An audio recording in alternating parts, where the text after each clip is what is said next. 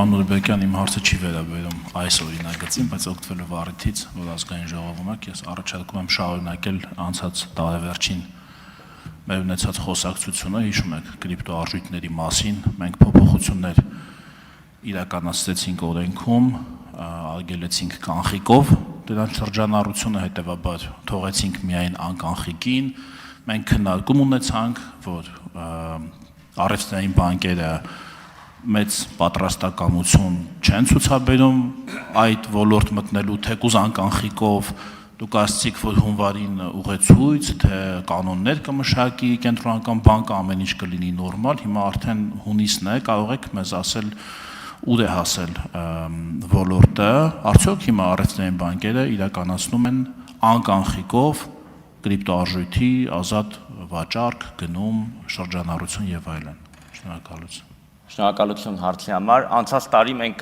ամբողջությամբ չարգելեցինք, եթե հիշում եք տարվա վերջին փոփոխության արդյունքում մենք ունեցանք երկու տեսակի կրիպտոակտիվների ծառայություն մատուցող, ով որ կանխիկով կարող է անել եւ անկանխիկով կարող է անել եւ եթե չեմ սխալվում 12 գրանցված կանխիկով քանակը կարող է մի քիչ սխալվեմ, չեմ հիշում, 11 կամ 12 ունենք, որոնք որ կանխիկով գրանցում են եւ մենք ուղարկում են նաեւ իրենց գործարքները։ Այդտեղ բավականին բարդություններ եղել են բանկերում հաշիվներ բացելու հետ կապված, բայց մենք հաղթարել ենք իմ կարծիքով, այսինքն գիտեմ հաստատ, որ ունենք, որոնք որ աշխատում են բանկերում հաշիվներ են բացում։ Հիմնական խնդիրն այն է եղել, որ ըստ էության կրիպտոակտիվներով ծառայություն մատուցողների պարագայում մենք նաեւ գործարքներն են, որ նայում ենք, իրանք այսպես ասած այդ KYC կամ ճանաչիր հաճախորդին գումարների հոսքերի հետ կապված շատ քիչ աշխատանք էին անում, այսինքն իրենք գործարքները չէին հասկանում, թե ով ինչի համար ինչ է անում, որը որ բանկի համար խնդիր է։ Բանկը պետք է հասկանա, թե այդ գումարները որ եկել են, որտեղից են եւ ում անունով են, բայց իմ կարծիքով այդ խնդիրները հաղթահարելով գնում ենք, ես գիտեմ, որ բանկերը հաշիվ բացում են, հեշտությամբ չեն բացում, հարցեր տալիս են, բայց կան։ Արձագանք։ Պարոն Նուրբեկյան, ես հիշում եմ, որ երկու կարգավորում կար, ուղղակի քանի որ մենք կանխիկի համար նաև շեմ էինք սահմանել 300,000 դրամ, ես դա չեմ էլ հաշվում ընդհանրապես, որովհետև դա շատ չնչին գումար է կրիպտոարժույթով զբաղվող մարդկանց եւ կազմակերպությունների համար, դա չեմ էլ դիտարկում ենք այն, ինչի վրա ավելի շատ ենք ուշադրություն դարձրել, անկանխիկով,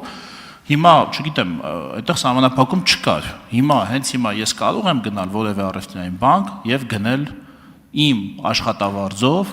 անկանխիկ ստացած իմ աշխատավարձով, հենց հիմա գնամ բանկ, հաշիվ բացեմ, գնեմ կրիպտոարժույթ։ Դա հնարավոր է, թե հատուկ բանկեր կան, եթե կան 1-2, թե բոլորը, դա հիմա այնքան ազատ իրականացնելի գործողություն է, որքան որ սովորական թղթադրամով իրականանալի գործողությունը, թե հատուկ մի 7-8 աստիճան ինչ-որ վերիֆիկացիա, ստուգում, գրանցում եւ այլ պետք է անցնեն։ Այդ դեպքում ես դեր հարցը սխալ էի հասկացել, այդ տեսանկյունից խնդիր չկա, օրինակ ես ինքս անցած տարի միջազգային որևէ բորսայից իմ բանկի հավելվածով հանգիստ մինչև օրենքի ընդունումն էլ փորձարկելու համար արել եմ, այսինքն այդտեղ եթե կոնկրետ խնդիր կպիտի լինենք, այդտեղ որևէ սահմանափակում չկա։ Եթե դուք ուզենաք, իմ ասածը որն էր, որ ավելի պոտենցիալ պրոբլեմատիկ է, որ եթե կա ընկերություն, որը որ անկանխիկով այսինքն կրիպտոակտիվներով ծառայություն մատուցող ընկերություն, որը անկանխիկով ծառայություն է մատուցում, բանկը այդ ընկերության համար հաշիվ բացելու տեսանկյունից էր իմ ասածը, որը որ ավելի դժվար է, որտեղ պետք է համոզեն, որ ըստ էության նորմալ հոսքերին տիրապետում են, հասկանում են, թե ով է կրիպտոակտիվները առնողը, վաճառողը, բայց անձնական տեսանկյունից ինքը, այո, ես ինքս արել եմ իմ բանկային քարտով այդպիսի բան։ Դա որևէ խնդիր ես չեմ կարծում, որ կա։